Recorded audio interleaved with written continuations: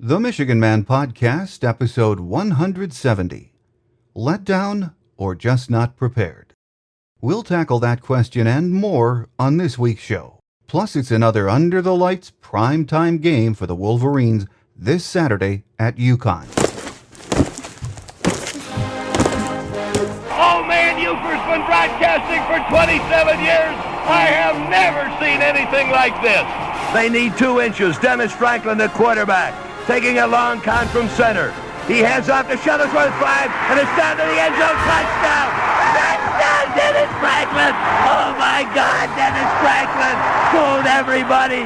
He fooled me. He fooled the entire Ohio State team.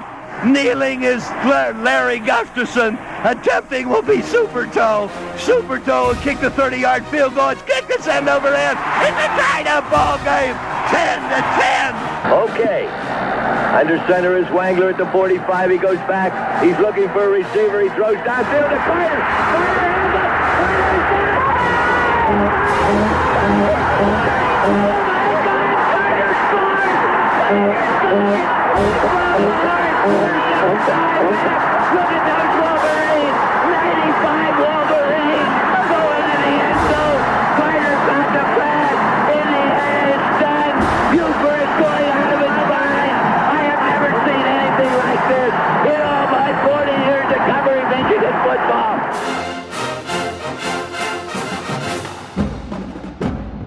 This is the Michigan Man Podcast on GBMW Go Blue Michigan Wolverine for Wolverine fans from coast to coast.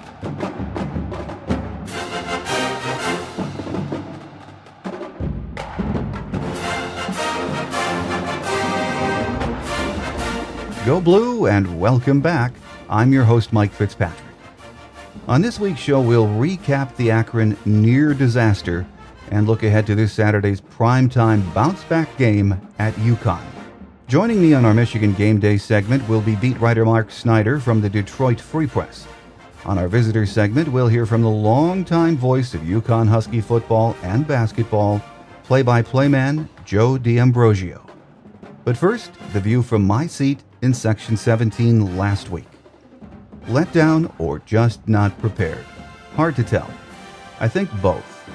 From the moment I sat down in Section 17, something felt different about the day. I think fans and players probably found it hard to get up for Akron after experiencing the spectacle and heart-pounding game played under the lights the week before. The student section was virtually empty when the game started. The fans seemed like they were in a malaise. I was one of the malaisers. And the team seemed to lack any zip other than the first drive. Nothing felt right about the entire day, and we almost witnessed another stunning upset at the hands of an inferior opponent. Can't happen? It almost did. What's the answer? Well, even after mulling the question over since the game, I'm really not sure of the answer. Devin Gardner was brilliant and frightening at the same time. He cannot continue to make bad decisions and costly turnovers. We know that. Devin knows that. We will pay for that down the road if it continues. The offensive line, and I mean the entire front, not just the young interior, got no push in the run game and added very little in the way of pass protection for Devin. Thank God Devin can get out of harm's way when he has to. The thing is, he shouldn't have to against Akron. The O-line has to step up and start getting physical if we're to have any chance of putting together a pounding tackle-to-tackle ground game. Fitz can make it happen, but he needs to get to the line of scrimmage first. On defense, I don't even know where to begin. No pressure up front, shoddy tackling, and porous coverage all day. Every component of what it takes to be a good defense was absent on Saturday against Akron. It has to change. Will it? I put my trust in Greg Madison. This is still a young D, but they have to start taking it to the next level if we're going to be any kind of factor in the Big Ten. The kicking game. Matt Weil, other than one punt, had a horrendous day. The blocking up front for him was not good either. Matt didn't only struggle Saturday, he has not looked comfortable all year. Not sure if we have an answer for that this year, so Matt is the man back there. He has to refocus and start getting off better punts. The rest of the special teams play was also subpar. That said, it's time to throw last week's game in the trash bin where it belongs, learn from it, and move on and improve against UConn. Coach Paul Pasqualoni's Huskies are off to a disappointing 0-2 start. The offense has been inconsistent and has not been able to generate any type of running game. The defense was manhandled in both the Towson and Maryland games, especially at the line of scrimmage. This Saturday is a red-letter day on the calendar for the UConn program. There is a lot riding on the game for the team and their fan base. Joe D'Ambrosio is the longtime voice of UConn football, and he joins us next on our visitor segment with his thoughts on this Husky team and what Saturday night's game means to them. Here on the Michigan Man podcast on GBMW Go Blue, Michigan Wolverine.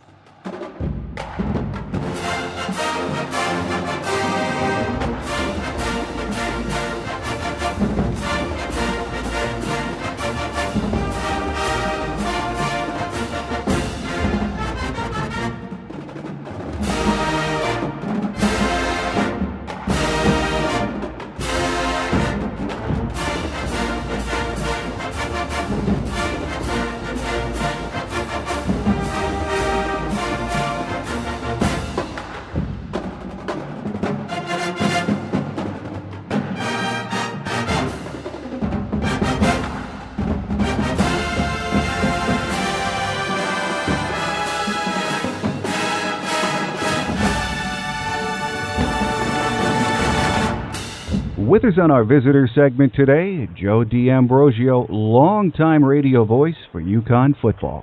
Joe, great to have you on the show. Hi, pleasure to be with you. And just so our listeners know, I said longtime radio voice of Huskies football. How many years has it been, Joe? This is the 22nd year for football and men's basketball with UConn. Long time behind the microphone, so you've seen a lot of good days for the Huskies. The Huskies, though, dropped their opener to Towson, and then Saturday night, Joe, fell to Maryland. So this is not quite the start that Coach Paul Pasqualoni envisioned, is it? No, Mike, especially coming off a pair of 5 and 7 seasons and a lot of unrest amongst the fan base. The Towson game was a real eye-opener. Towson ran the ball down UConn's throat. They had 5 sacks. The quarterback, Chandler Whitmer, and after UConn scored on its second possession of the game, Towson pretty much took the game over. Maryland was a much better team, and obviously a lot of emotion with Randy Edsall coming back to Rensselaer Field for the first time as a visiting coach. And again, UConn scored on the second possession of the game, took the lead, but Maryland with their outstanding quarterback, C.J. Brown, they were just too good. In fact, if they didn't self-destruct with 3 turnovers, Mike, it might have been a lot worse than 32-21. Well, Joe, let's talk about the UConn offense, if we could, for just a moment. It's led by quarterback Chandler Whitmer, and the Huskies had the luxury of knowing who the starting quarterback was coming into the season, which always makes a difference. Leading rusher Lyle McCombs was coming back. So tell our listeners about the offense we're going to see Saturday night, and besides Whitmer and McCombs, who are some of the other key players to watch for? Well, Whitmer's in his second year, Mike. He was a JUCO that they brought in last season. He started 14 straight games. His record is 5-9. He got beaten up a lot last year. The offensive line had some real issues. In fact, Whitmer missed the part of the next to last game, the upset win at Louisville, and then was also knocked out during the Cincinnati game. He's thrown the interception. He threw 16 a year ago, which was among the most in the nation. He's already thrown 3 this season. When he's given time, Mike, he's a pretty accurate passer, but when the pocket closes in on him, sometimes he'll make some decisions that aren't so good. Lyle McCombs had a terrific freshman year, ran for over 1,000 yards redshirt freshman year. Then he struggled last year, and the running game has been non-existent this year. It's hard to put it all on the offensive line, but we saw 2 years ago how good McCombs could be, but he had just a sliver of daylight. The best part of the team today has been 2 wide receivers, Jeremy Davis and Shaquem Phillips. Phillips had 10 catches for 178 yards against Maryland, but on his final catch, which was a 75-yard touchdown reception, he injured a hamstring. And as we tape this, his status for Michigan is questionable. if they don't have him in the lineup, that'll leave a huge hole because he and Whitmer have a pretty good relationship. But this is an offense, Joe, that likes to sling it around an awful lot, isn't it? Well, they'd like to run the ball, Mike, but the problem has been that, they just haven't been. I mean, Whitmer's two best passing games of his career were Saturday night in the loss to Maryland, and last year on a rainy Saturday afternoon at Western Michigan. They're better when he doesn't have to throw the ball 30 times or more. They brought in a new offensive coordinator, T.J. Wiest, from Cincinnati, and while they've opened it up, a little bit, the bottom line is you can't win in college football unless you can run the ball. I think they'd like, every coach gives you that 50% run, 50% pass thing. But I think with this UConn team, I think that's what they'd really like to achieve, and if they're able to do that, it would give them their best chance to be successful. Well, over on the defensive side, Joe, the Huskies are coming off a season in which they were ranked in the top 10 nationally, 7th best rushing defense, total defense 9th. They were also rated the 19th best defense in points allowed per game. Are there still high expectations for this? I mean, despite the first two games, high expectations for this year's defense? Well, they lost 6 starters from a year ago, Mike, 4 of whom are playing in the NFL. They lost 2 defensive linemen, 2 linebackers, and their 2 starting quarterbacks. And their defensive coordinator, Don Brown, left to join the staff at Boston College. Hank Hughes, who's been a fixture on the coaching staff, has taken over the defensive coordinator position, and it would be unfair to Hank to say that the problems that they've experienced defensively are on him. They're trying to break some new people in. They lost their starting safety, Andrew Adams, 2 weeks before the opener. They've had for a redshirt freshman, Obi Melifonwu, in there. He's been good, but he's inexperienced. They moved Byron Jones, who was a starting safety last year, and moved him to take over one of the quarterback spots. The keystone of the defense is to get a linebacker, Yawan Smallwood. He's been terrific. 16 tackles against Towson, 14 tackles against Maryland. He was on most, if not all, preseason watch lists for the Bednarik and the Nagurski and any sort of the defensive awards that you could think of.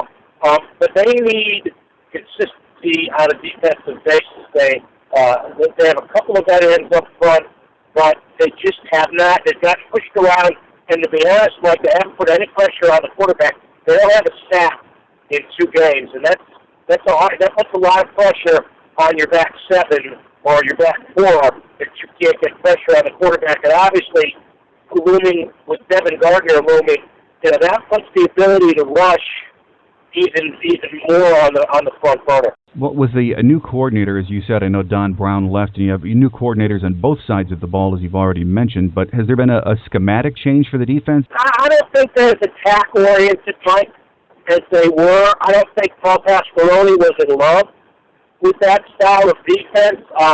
Yeah, they want to blitz, they want to put pressure on the quarterback, but I don't think Pasquaroni wants the defense to be, all out, hair on fire all the time.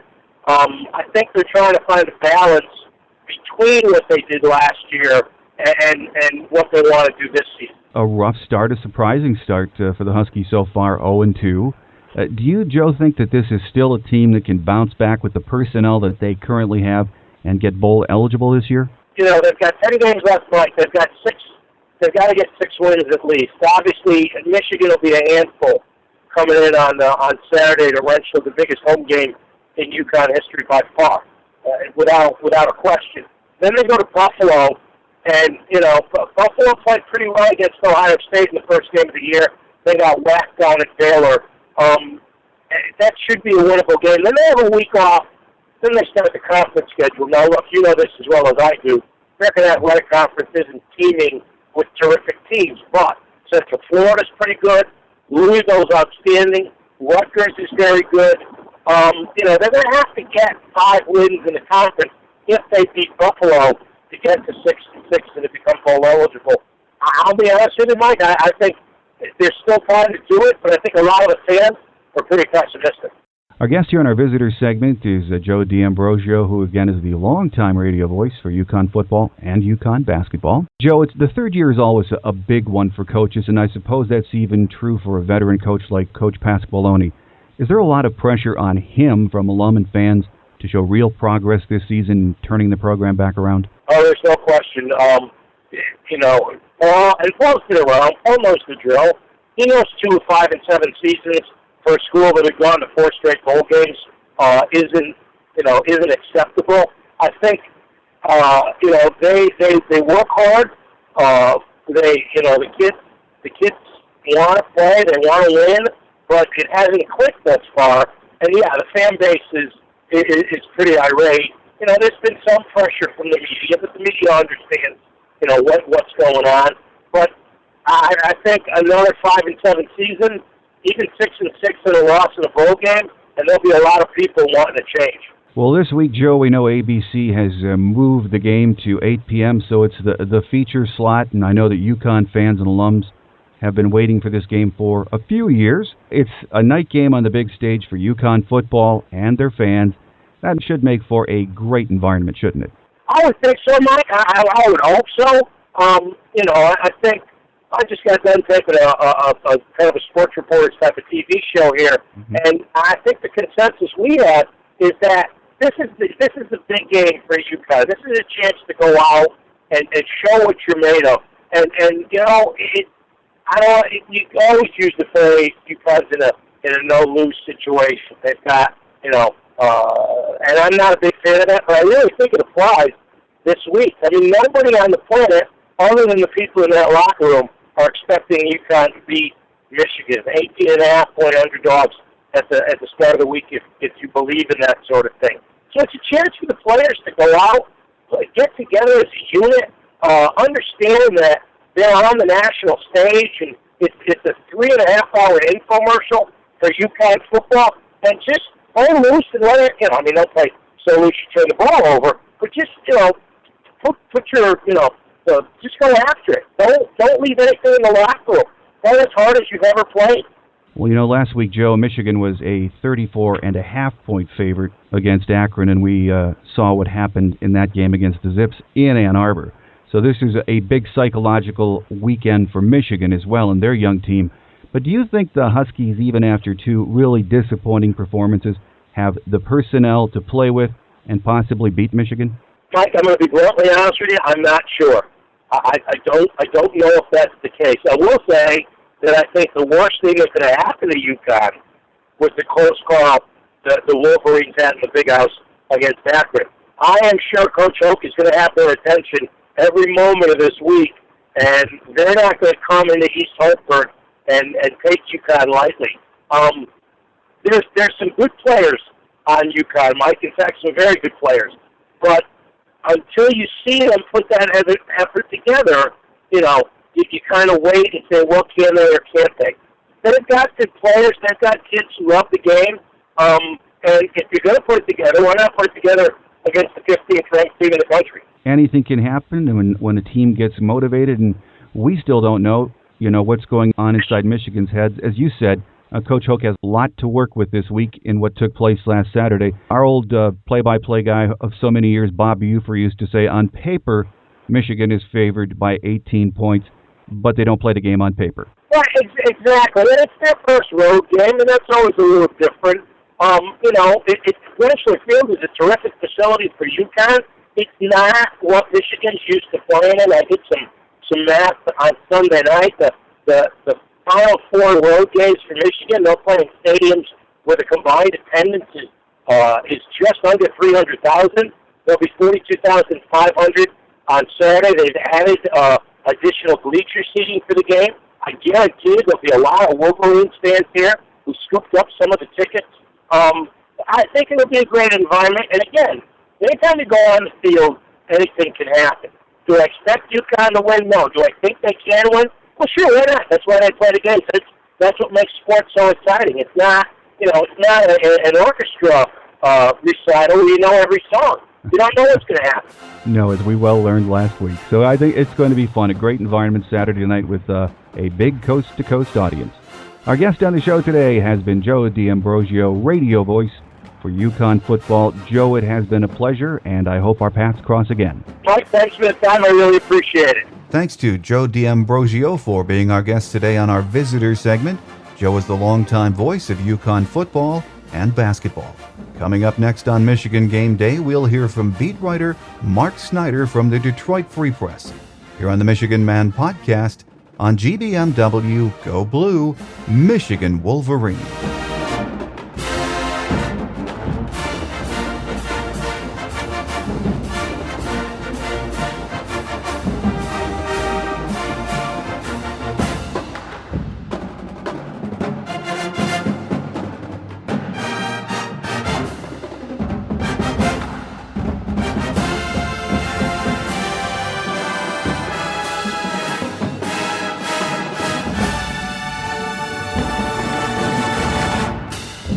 Back with us on our Michigan Game Day segment is beat writer Mark Snyder from the Detroit Free Press.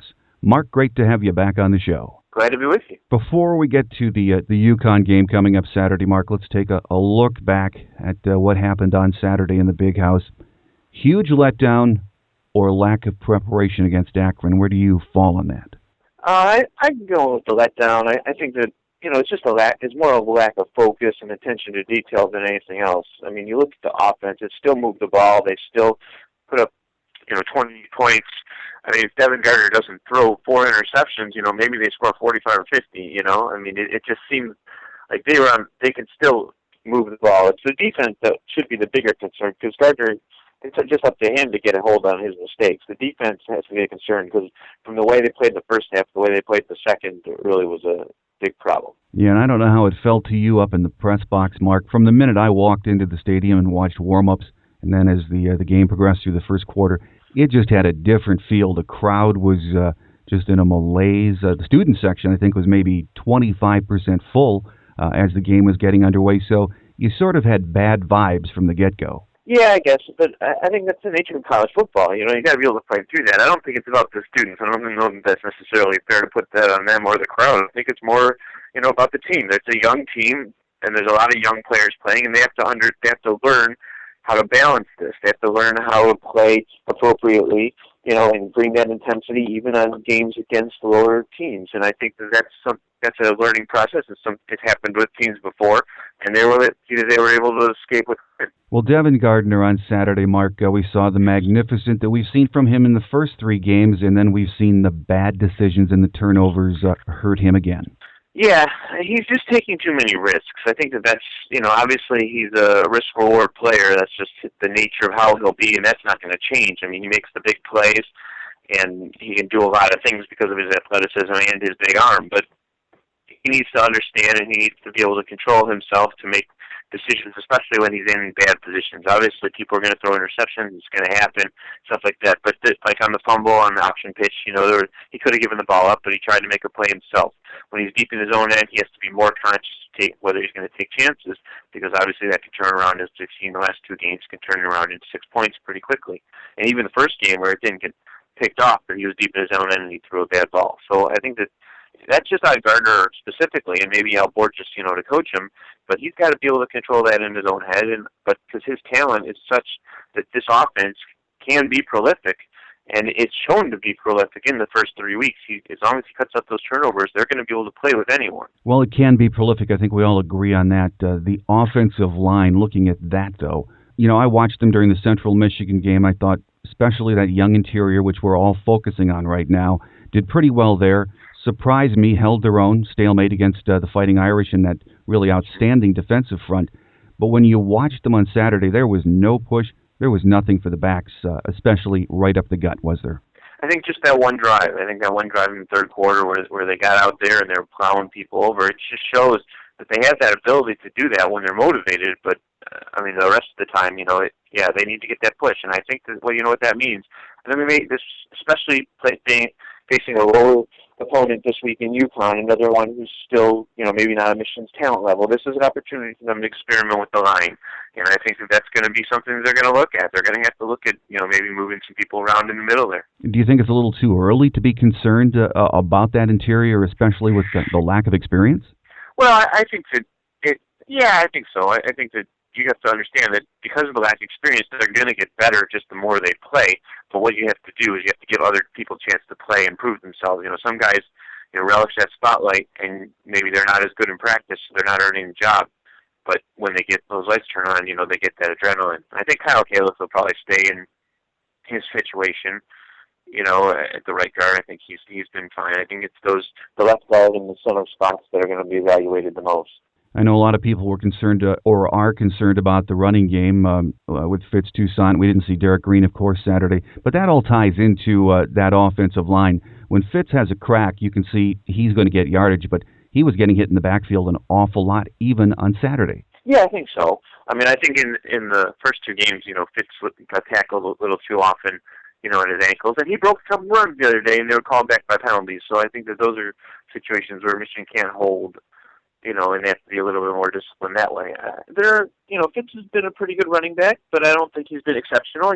Exceptional backs, elite backs can make something out of nothing also, and they can get, over 100 yards even when it's not there. So I think that's something that some of that's on Fitz, but a lot of it's on the line. Yeah, people are on him very quickly. So I think that, once Michigan can get an impressive running game, then I think that they're going to be really potent offense. I mean, you look at what they've done in terms of moving the ball, and that's with this limited running game. They really have this high-end potential. They just need to be able to execute it with everything working. Well, over on the defensive side, Mark, all spring and into the summer, we heard about how Coach Madison wanted to get more push, more pressure from that front without having to rely on the blitz so much. So your thoughts on what we've seen from that D, first against Akron on Saturday, and then so far through the first three games this year? Oh, I think it's been very disappointing. I think that, especially when he and the players had told us in camp that they were getting that push with four guys, and then they wouldn't have to blitz, which makes everything so much easier, especially on the back end where we've seen some issues already in terms of coverage situations. So I think, they need to get that pressure. They need to make these quarterbacks more uncomfortable, and I think that getting there and knocking them down like Frank Clark did, 5 seconds or even a second after he releases the ball, it doesn't help. Because if they know that you're not coming, or they know you have to blitz to come, then there's going to be a situation for them because they have opportunity to make a bigger play, and they can stand in there and know that you're not going to get there in time. They can survey the field that extra second that makes the difference. Well, do you think the expectations for this defense, at least out of the gate this year, were maybe a little too high? I don't know. I think that they've been the top 20 defense the last 2 years. I think they've been solid. I think the thing that maybe we didn't put enough stock in was looking at the bowl game last year against a pretty talented offense in South Carolina and kind of how South Carolina carved them up. But I think that, that they need to, this is what elite defenses do, this is what championship teams do. They can get to the quarterback, and they can get they can get pressure without blitzing. Greg Madison is a very talented coordinator. He can come up, he can scheme a lot of things, but he can't execute. He can't be the one out there, beating the block, and that's something that's got to happen. Well, I know a lot of people were concerned about, what appeared to be, it was loose coverage in the secondary on Saturday. We got torched a couple of times on a couple of long passes. I think it was J.T. Smith, 46-yarder, but it all does go back to the pressure up front. The press coverage hasn't been all that good either. Well, that may be something that we don't know. We may not know whether they can press, whether it's too physical for them at the line, or maybe it's something that's not a situation where they can take those chances, and they need to keep the ball inside and in front. I think that's their concern. They want to prevent the big plays, and they still got a couple of them, and I think that's something that is concerning going forward, because you saw how Akron adjusted from the first half where they were getting dominated by Michigan to the second half where they said, we're not afraid of you, and we're just going to go at you. And I think that, if Connecticut, which throws the ball way more than anyone else in Michigan is probably going to play, disproportionate amount, then that's something that's going to have to get shored up this week. Well, another concern that I've seen through the first three games and against Saturday, Mark, was the punting. Matt Weil struggling. And we didn't see him struggle like this last year in limited appearances. And the blocking up front on the special teams and the punt team hasn't been that good either. But after 3 games, would you call that a concern yet? Oh, yeah. I think that's a major concern. I mean, for all the limited opportunities that Will Hager had last year, he was dominant. He always got the ball deep, and that was, he had yardage, and obviously Weil handled the pooch punting, and it seemed like a very good match. Well, without Hager suspended for this year, Weil has to show he can handle that. I mean, what guys are going to have a bad punt here or there. Maybe he'll have that 21-yarder he shanked earlier. But when he comes back with another 22-yarder late, and he has a 35-yarder in there, you have to be consistent. That's the one thing as a punter. Even if you don't have this monster leg, you have to consistently punt the ball 40 yards. Because if you can't do that, well, then there's no reliability that you're going to change field position, and that's the biggest thing when a coach is making that decision about whether to go for it. And I think that's something that I think was interesting too. The last one he shanked near the end, it was 4th and 1, and Michigan was somewhere near midfield, and they could have gone for it. And I was wondering whether they were going to. Obviously, it wasn't an ideal situation, but it was an opportunity for Michigan to get that first down and salt away the clock, and they didn't do that because they thought the Wild could change the position, and it almost cost them the game. Oh, absolutely. You're right about that. Well, after 3 games, Mark, surprised by what you've seen, or is this what you thought might happen through the first 3? No, I think that you have to be pleased as a Michigan fan. I think that you see that you have an explosive offense, and that's what college football is about now. I understand defense is something, but look at 2 of the best teams in the country, Alabama and Texas A&M. They had a shootout. Defenses are great, and even though Alabama is a defensive program and a defensive team, they played that game and they won that game because they had offense, and that's what's going to happen. So I think you have to be happy with that, especially considering the offensive line struggled and the offensive line hasn't been dominant. Michigan's still putting up the points. I think that's very encouraging. In terms of the defense, it's going to take time. They're young, and that's the nature of a young defense. They get burned sometimes, and I think that's how quickly they're going to grow up. Are they going to be able to do this fly in the middle of the season? You'd hope so, but you don't know. I mean, they've got really 3 or 4 weeks here to really get it shored up, because once they hit Happy Valley and they run past Michigan State and then into that brutal November, this defense doesn't have time to give up big plays, because then they're not going to be able to make it up. Well, turning the page and looking ahead to UConn on Saturday night then, Mark, in Monday's Free Press you wrote about 3 things to watch for this week against the Huskies. Number 1 was how will Michigan respond emotionally, and for a young team, that will be the key, won't it? Yeah, I think so, and I think that this works for them in that respect because they won the game. I think that they, those young players need wake-up call. They need to understand, they can't live off that Notre Dame thing, and I think that's just the nature of college football. Brady Hope has said it, and we'll say it again, that these are 18, 23-year-old kids. They're in school. They've never been through this. 2/3 of Michigan's travel roster, like first, second, or third-year players. This is just the nature of growing up. And when you're a young team and you're picked to do big things, it's not going to just click. It never happens that way, almost never, because this is a young team, despite having Taylor Lewan and Jeremy Gallon and Devin Gardner as the faces of it. It's still a young team, and even Gardner. I mean, this is his 8th start. He started 8 games. It's totally different being on the sideline and being in the game, and he's going to adjust too. So I think they have to. Hopefully, it's a wake-up call for them. If they want to win the next one. I think having a road game is going to be a good experience for them too, even though it'll be a friendly crowd. Number 2 point, as you mentioned on Monday, was Devin Gardner's control, though, after 3 games. What we have to watch for this Saturday against UConn is those decisions, and those turnovers have just got to stop, don't they? Yeah, it's on Devin, and obviously, Al Borges can only do so much, Brady Hope can do so much, even his line and the people out there, Taylor Lewan can only do so much to help. That's just the nature of how this is going to be. Devin is this is all on him. It's a mental thing. In the moment, he has to make the decision. And I think the decision just has to be less risk. It's really simple. I mean, yeah. It's, I say that, not having been a quarterback, obviously, but he just can't take chances. You have to, if you see that, you want to throw something into the flat, well, eat the ball. You can see that Devin can make it up on the ground holding the ball, running for 30 yards. And he knows that too. And obviously that's, it becomes a complex. Last week I asked Brady Hope about the Superman complex, and that happens sometimes. And, he joked, about kryptonite that everyone's got something, but it's a thing where Devin's got to get that in his head, and he's got to understand in the moment. He says he doesn't feel pressure. Well, sometimes maybe that's a good thing, that he should feel some pressure. Well, your number 3 point of what to watch for this weekend, Mark, was the road response. And it will be interesting watching how this team, especially the youth, handles the change of scenery, won't it?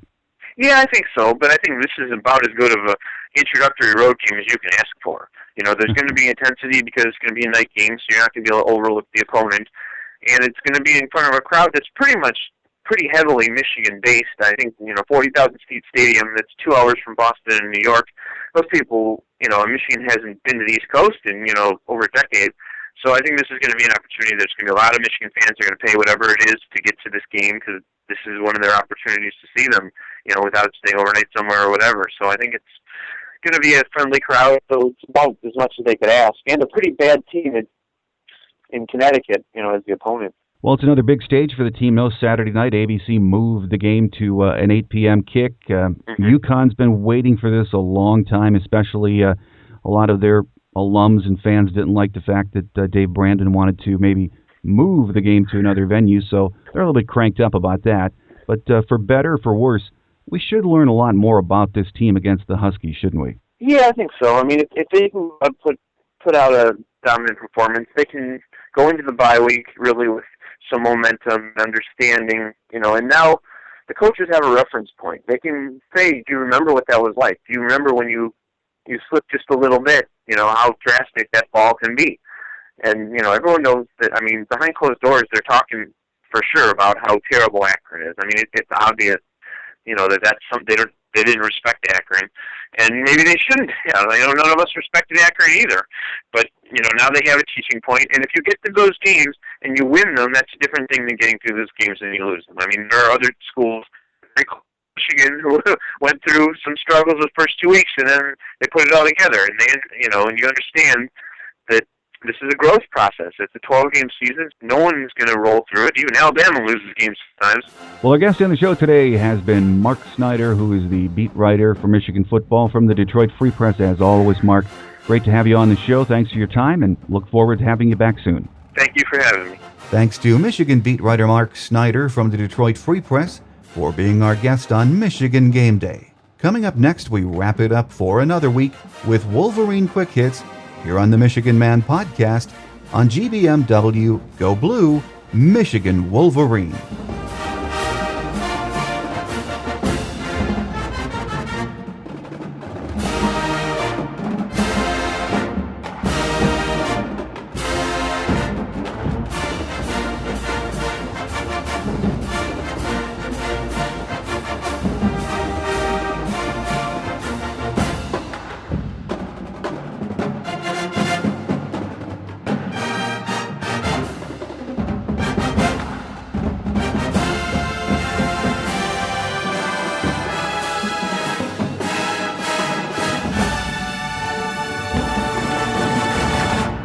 Thanks again to our guests today, UConn radio voice Joe D'Ambrosio and beat writer Mark Snyder from the Detroit Free Press.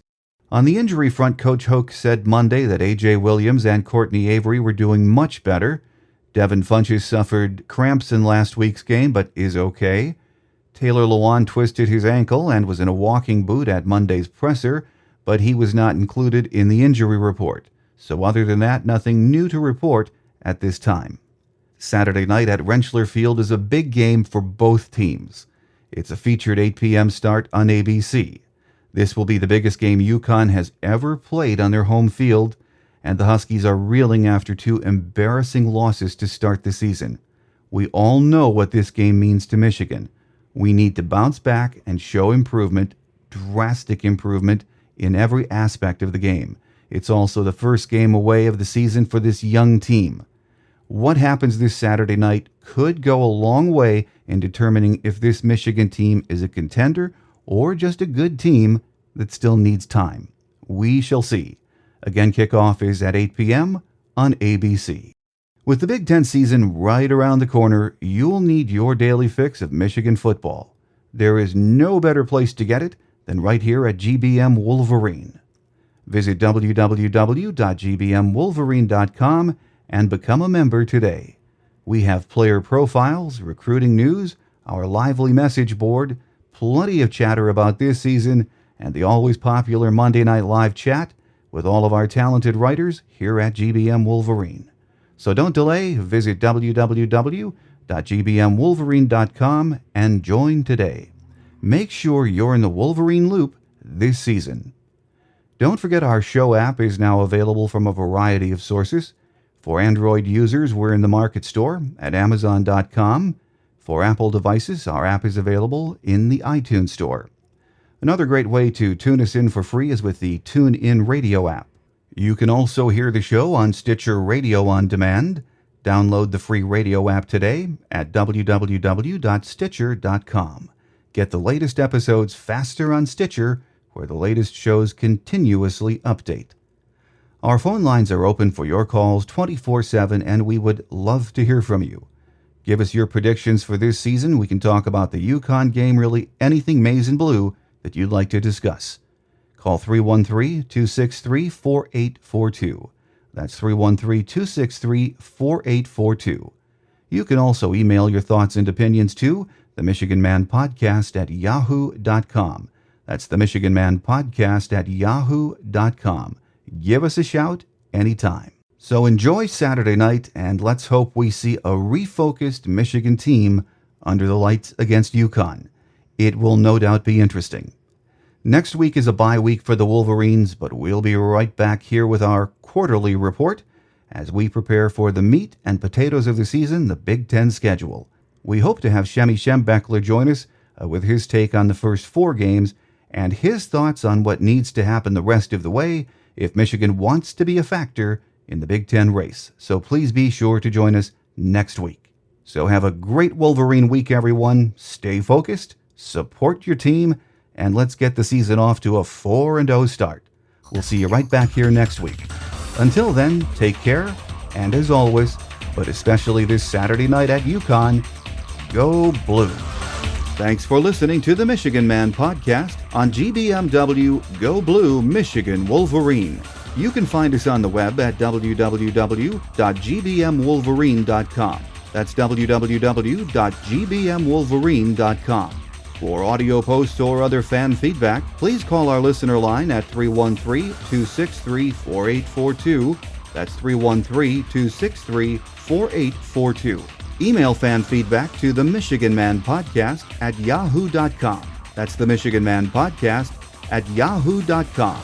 The Michigan Man Podcast on GBMW Go Blue Michigan Wolverine is produced at the studios of Robin Lynn Productions, Allen Park, Michigan. The Michigan Man Podcast is not affiliated with the University of Michigan.